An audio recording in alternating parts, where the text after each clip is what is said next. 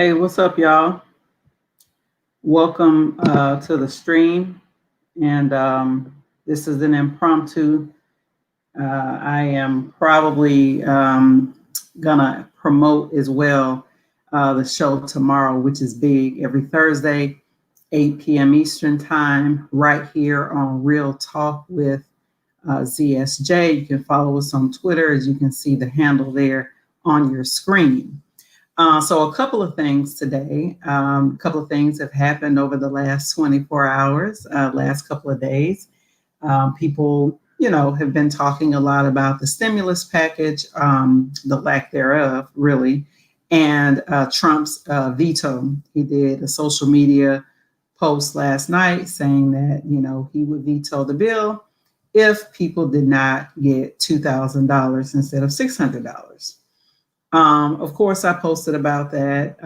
Clearly, $2,000 is better than $600 for people who qualify and for people who are struggling and people who are in need, clearly. However, we saw Democrats, particularly Nancy Pelosi, immediately jump on and clarify, I guess, if you will, that, she supported it and that Democrats all along supported $2,000 a month for monthly payments. However, that is actually not totally the case. And I can share an article, where Pelosi actually admit that she played politics with the COVID relief bill that was published earlier in the month of December. And that's something that I think is really critical for us to be a little bit more nuanced in our views. I've been seeing a lot of people, try to downplay the fact that, the president came out and supported $2,000 or whatever for the stimulus. And I think, whatever. I mean, who's going to turn down money? It doesn't make sense, whether he has pure intentions or not. The issue is, and I think that we need to get clear on, is that none of these politicians have our best interest at heart. I just actually was talking to my husband about this, and I think that, it's really sad, quite honestly, that our government has deliberately, for the last 8 months, not shown up for the people. When you look at what's in the COVID relief bill, I mean, it was absolutely ridiculous. I didn't know. I mean, it was 6,000 pages long. They didn't give them a chance to sign the bill. Or to read the bill. I'm sorry, to read the bill before voting on it. And then come to find out, they got millions of dollars in there to study fish in Louisiana and Mississippi. They got billions going to Israel and other countries, Cambodia and other countries. And people are just like, what is this? Even more shockingly, there's also a 10-year minimum sentence for illegally streaming. I mean, I don't know how other people feel about it, but I think the bill should be vetoed if for no other reason it doesn't further criminalize folks. And then certainly $600, people were willing to take that. Of course, it's a one-time payment. However, $600, I don't know anywhere where that pays rent for a family anywhere in this country, even in, places in the South. I believe rent is going to be more than that for, a family or whatever. So that's one of the things that I think, is really sad. I wanted to pull up this article here. Let me see. I want to share this with y'all. Let's see here. Because I think people are mistaken. Let me see. Let me share my screen. Let me see. Share screen. And then here is the article. All right. Hopefully folks can see that. Anyway, so, before the actual stimulus bill was actually even signed, there was this jockeying back and forth, obviously, between the House. Nancy Pelosi, who's a Democrat, is the Speaker of the House. It's a very powerful position. And of course, Mitch McConnell, I call him the turtle, in the Senate, is the leader and decides what comes to the floor, what committees people are appointed to, and all of those different kind of things. And so before the election, there was supposed to be a COVID relief package. However, that never happened. And both sides, that's why I think I'm trying to be clear here. Oftentimes people in our community are really clear that the Republicans are the bad actors. But I think what I'm trying to articulate, at least for us to start thinking a little bit more critically and start paying more attention, and also start doing a little bit more civics education and political education within the community. Because I think that's going to be critical as we move forward, particularly with the conversation that we're going to be having tomorrow night. We're going to be following the money, tracking all of the different kind of emerging kind of technology, emerging economy, and all the things that currently the Speaker of the House, who happens to be a Democrat, and the Senate Majority Leader, who was a Republican from Kentucky, are currently stalling and not making sure that they're putting together policies and practices that will protect the masses of United States citizens. On this broadcast, and for me personally, I'm always most concerned about Black people. I'm always most concerned about how things will impact us. And so tomorrow, the guest that I'm having, certainly an independent researcher based in Philly. You guys can look at my page. I've posted about it several times. And I hope you all come back tomorrow night because it's going to be a 2-hour special. We are going to take questions. So we want people to come engaged, ready to have questions, ready to have your questions answered, because there's going to be a lot of information shared, and not even everything can be shared in a 2-hour period because it's so much and can be overwhelming. But we want people to know why it's all connected to what's currently happening in the government and what's currently happening behind the scenes that we're not talking about. So I'll go ahead and stop sharing here. Hopefully people, can kind of check this out. I don't really know. Let me see, stop sharing. Okay, hopefully you all can see that. I'm not sure if you all can see that. Could you all see that? I hope so. Anyway, I always forget when I do these. Like the video, share the video, tell people to come join us. Let's have a lively conversation. I always forget to do that. I need to learn to do that better. Clearly I'm new to this whole YouTube thing, but I like being able to talk with you all. I like for you all to be interactive. And I like, to have conversations back and forth. So yeah, like the video, share it, encourage other people to come join us. Anyway, the COVID relief bill, clearly people need $2,000 a month. I don't even know why this is a question. And one of the things, I pay attention, a lot to Twitter, and it's always fascinating to see people, because Trump was for it, to see people who are against it. And I'm confused oftentimes by that. Like, to me, it's almost like there's a gulf between the community, like working class, poor and working class people, and then other people who are more middle class, who are connected more, to the system, who are probably appendages of certain parties, and things like that. And to me, I think that it's just really interesting, and I'm trying to find this tweet that I actually want to bring up for you all, because I think that it illustrates just how far removed people are, from the actual people. And I'm looking now just to see if I can pull that up for you guys. But I thought it was interesting that someone, of course, probably some liberal, Black liberal, who, states that they're not, for they're not for the $2,000 because Trump is for it. What? Like, that actually makes no sense. Clearly, the masses of people in this country need the $2,000, right? I mean, the Squad and others, the more progressive wing, have been calling for that. They've actually been calling for that to be a monthly stipend for people while we're in the pandemic, to stave off the evictions, to stave off the failing, economy for many people is really not necessarily a failing economy, it's more of a shifting economy, which we'll be talking about tomorrow, so people can understand that. But what is wrong with people? You know what I mean? Like, he's on his way out. I just think we honestly need to get really clear about, who we're allowing people to tell us our enemy is, while not actually watching other people who could also be, or who are also an enemy, to the progression of our community as a collective. So anyway, I just think that, clearly, there's obviously people who are wedded to certain parties, who are wedded to certain things because they actually get a paycheck out of it, right?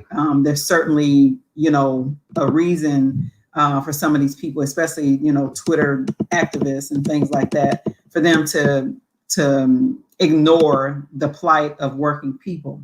Which brings me to the other thing that's been happening with regard to progressives. There's been a lot of infighting happening, so-called, with progressives, or people who are, I hate to use this language, but I'm using this language because you all would understand that people who are to the left of center, which the Democratic Party is really a center-right party and not necessarily a leftist party. So there's been lots of fighting. If people follow Breonna Joy Gray, if people follow Benjamin Dixon, he actually, I don't know if I would describe it as an attack, but he basically in a podcast said that he, doesn't agree with her. And it all, I guess, let me pull back. It all stemmed from Jimmy Dore, who, I had watched his videos, but had never subscribed to him before. He's apparently this older white guy. He's a comedian, but he has this huge YouTube following, and he does a show. And there's this idea among progressives to force the vote, meaning to force the vote in a pandemic for Medicare for all. Centrist Democrats, or the mainstream part of the Democratic Party, i.e. Nancy Pelosi, refuses to bring Medicare for all to the floor of the House for a vote. And so there are people who are like on the left, and all these people who say, there needs to be a forcing of the vote. We're in a global pandemic. People are dying. People need to have access to health care. However, there are people like AOC and others who are elected who push back on that and say, well, of course, Nancy Pelosi has to go, but we don't have anybody to replace her. So Jimmy Dore said, he basically attacked, I guess you can describe it, he went really hard on AOC and other elected progressives who are elected. They're there, but they refuse to leverage the power, the growing power that they have to actually force a vote on Medicare for all. Now, I now have a nuanced view on Medicare for all, and you all will find out why. Again, this is all about, that's why I keep having to tell you all to join the show tomorrow.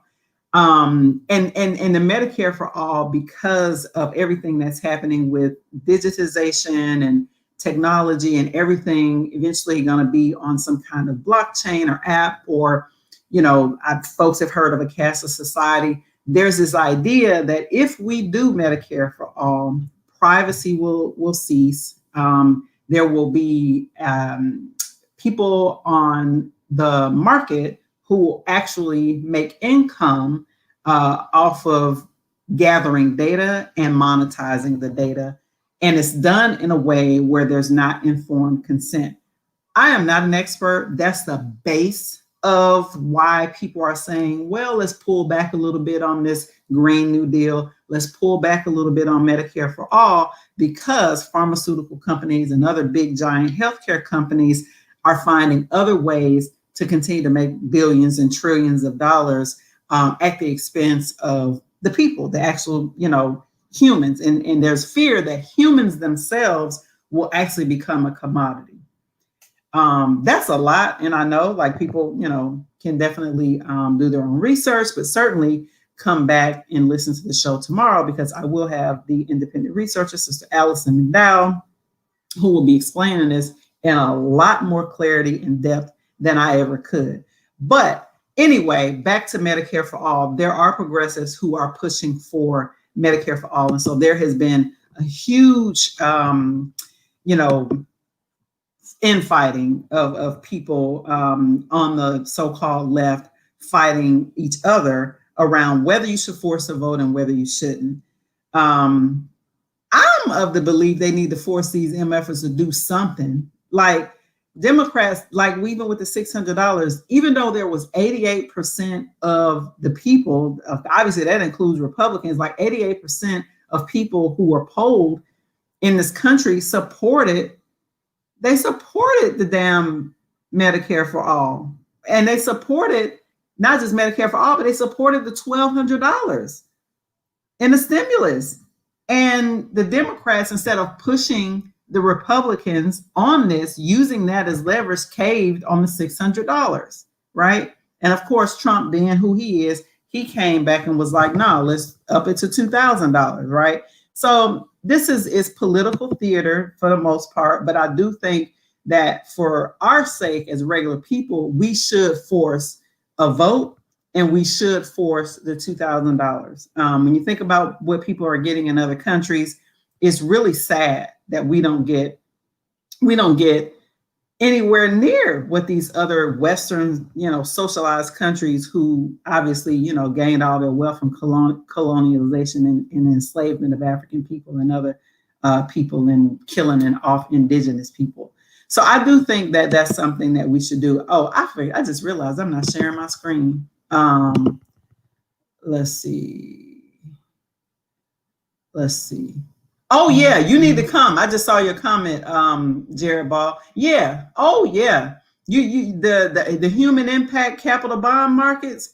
Listen, I'm not an expert. That's why you got to come and watch the show tomorrow night. She gonna follow the money. I mean, right? The pharmaceutical companies. I mean, it's just like Obama's bill. I'm responding to Jared Ball's comment. Yeah, it's just like, it's not just even privacy. It's them leveraging the data, right? And making us, is the humans making us the commodity. I don't support that. I don't know about you, but I think that going back to a data form of slavery, which Black people have been a commodity in one form or another in this country for a very long time. But I wanted to show really quickly. I thought I was sharing my screen. I was talking the whole damn time and y'all just looking at me. And I apologize for that. But I want to go to Twitter, show y'all Brianna Joy Grace. Can y'all see this? Show you her Twitter page or whatever. But she's like just citing, that was just 30 minutes ago, citing the 88% number that I was just saying around supporting Medicare for all, which I'm for forcing the vote, force the vote. I don't think that centrist Democrats need to continue to hide behind Trump. He's on his way out. They cannot continue to hide behind Trump. I also think that even if they don't win both of those Senate seats in Georgia, that we cannot allow them to continue to hide. And we're so weak and we can't do shit. We can't do anything. It's all the Republicans. Meanwhile, not only doesn't things improve our conditions continue to worsen. So I'm all for force the vote. Force them to do something that will force these people to stop moving further and further with capital, right? Moving further with all the money and the trillions of dollars these people are getting ready to make with the shift in the economy and these social impact bonds and ed tech, and Jesus Christ, it's a lot. It's too much. So anyway, here's another article from The Intercept. I just really want to encourage people to come and listen, to the Sisters podcast. I know a lot of people, like Democrats, like they hate her. They don't like her, obviously, because I think she, tells the truth. But I encourage people to watch her Twitter feed. And she also has her own podcast to listen to some of the things that she has to say about these issues that all of us, I believe, care about.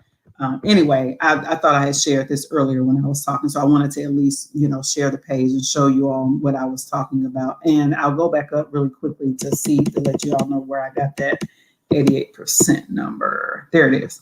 88% of Democrats in this country support Medicare for all, and why she's saying that we should force the vote. All right, I'll stop sharing. finally, I'll say, let's see what y'all talking about. Yeah, so they can give people $2,000 a month basic income monthly, but won't. Both political parties are corrupt. Yeah, they're both corrupt. They are both hegemonic entities that are controlled by global capitalism and transnational companies. As my guest tomorrow, Allison McDowell, will tell us, we no longer have a government. It's probably arguable that we haven't had a government in a long time. Our government is Goldman Sachs.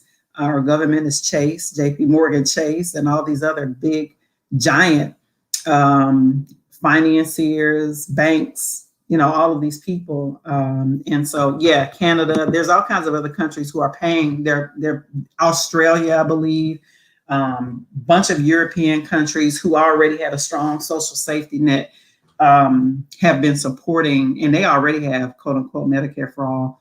But we really need to watch what's happening, which is why I'm so glad, again, following the money, really digging into the white papers from the World Economic Forum, Davos, DAVOS.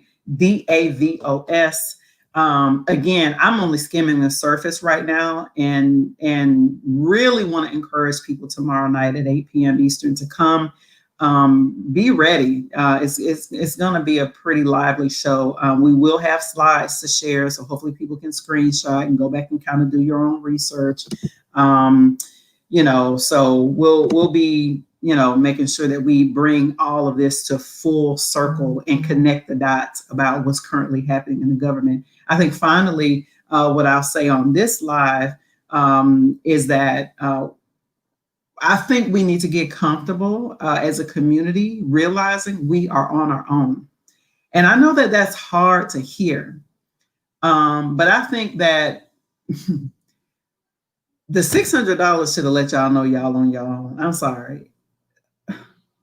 And all that other shit that they got in the bill, all this other money that they wrote to study fish and send money to other countries by the millions and billions, and they want to give you and me $600?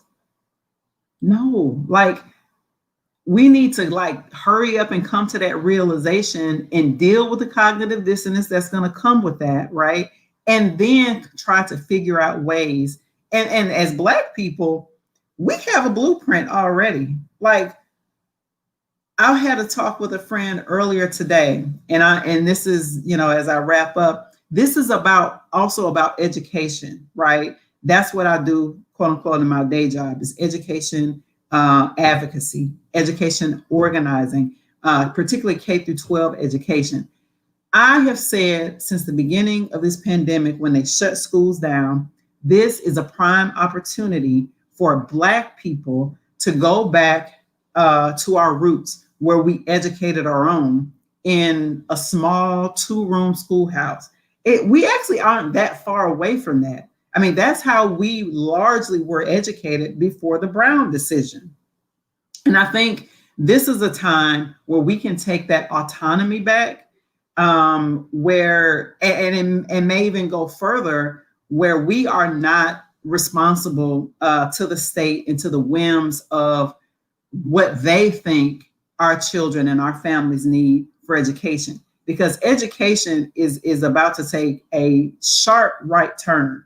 It's already happening. It's not in the media, but it's already happening, where you're going to have huge tech giants, ed tech is what is known about. We'll talk about this tomorrow night as well, that are going to be coming in and taking basically over the way education is shaped. We see that now with the move to all virtual learning and online learning. And we know that that's happening, right, because of the public health crisis. However, the longer schools stay closed, the harder it's going to be to come back to brick and mortar buildings. And I think we need to be looking out for that. We really need to be looking out for that and be ready to pivot. I know that's something that my husband and I are thinking about and working on, especially since we have a 6-year-old. We are homeschooling her. I was afraid, here I do this work every day, but I was afraid of educating my own child. So that lets you know how deep the programming is, even for so-called educated Black people. We're so dependent on the institutions themselves, extremely independent on institutions themselves to do the work that we should be doing for ourselves. And so we're living it now. I'm happy to report she is reading. She's actually reading well. And my husband and I did that.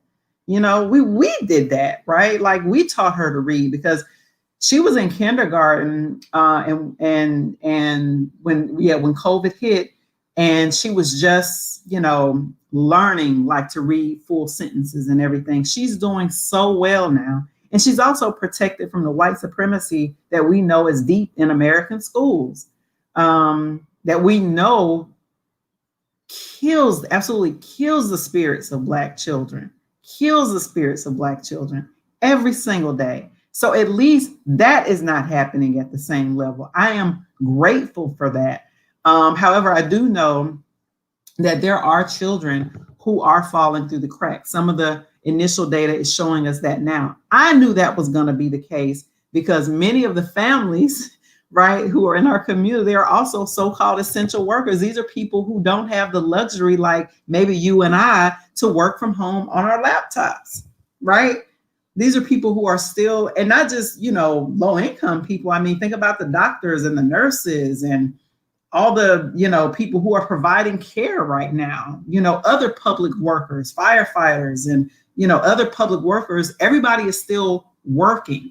These people have children. And so many, for some of those folks, especially the folks who are still our grocery store workers, the folks who are still our restaurant workers, some of the working class folks don't necessarily always have a support system while their children are home, so-called virtual learning, which has really been a nightmare. If you look at some of the data, I live in the DC area, you look at some of the data that's coming out from some of the surrounding areas, DC, Northern Virginia, and all of the counties that are surrounding DC in Maryland as well. So this, to me, again, is my heartbeat: education for Black children. We need to be figuring out ways. We have the intellectual capital to do it in our own communities. We actually now have more money and wealth in the Black community than any other time, really, in our history in this country. So I think that, you know, it's certainly a time for us to start shifting how we think about things, because I'm just, I mean, 2021, I think, you know, I don't want to be like a Debbie Downer, but I don't want us to get our hopes up that things are going back to normal. That's all, family. Things are not going back to so-called normal. It's just not. And we'll go into why it's not going back to normal, and why technology and global capital and all of those things are shifting things as we talk right now, to a completely different system known as the Fourth Industrial Revolution. So with that, I will end this conversation with you all tonight, and I appreciate each and every one of you for watching. Don't forget to like and share the video, and invite people to come back tomorrow night at 8 p.m. Allison McDowell, who is a mother and independent researcher based in Philadelphia, will be our guest. And we will be talking about human capital bond markets, ed tech, and the emerging new economy that's currently happening now. We'll even get into dealing with a cashless society, which I've been hearing people talk about. Some of those things have actually already been piloted in other countries.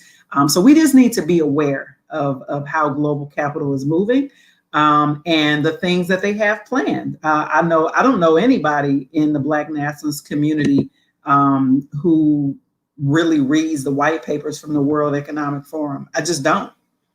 And I'm surrounded by Pan-Africanists. I'm surrounded by Black nationalists. I don't know anybody who's actually following the money and understanding how wealth and money is being moved. And so that is why the guest that I'm bringing tomorrow is who she is, because that is exactly what she does. And I think that that's critical for us in this moment. You know, while we're in this pandemic and things have shifted, we need to understand how quickly a lot of these plans are going to be executed. And so that's why I'm excited about tomorrow's night discussion. So remember, like the video, share it, encourage folks to subscribe to the page. Again, this is Real Talk Uncensored.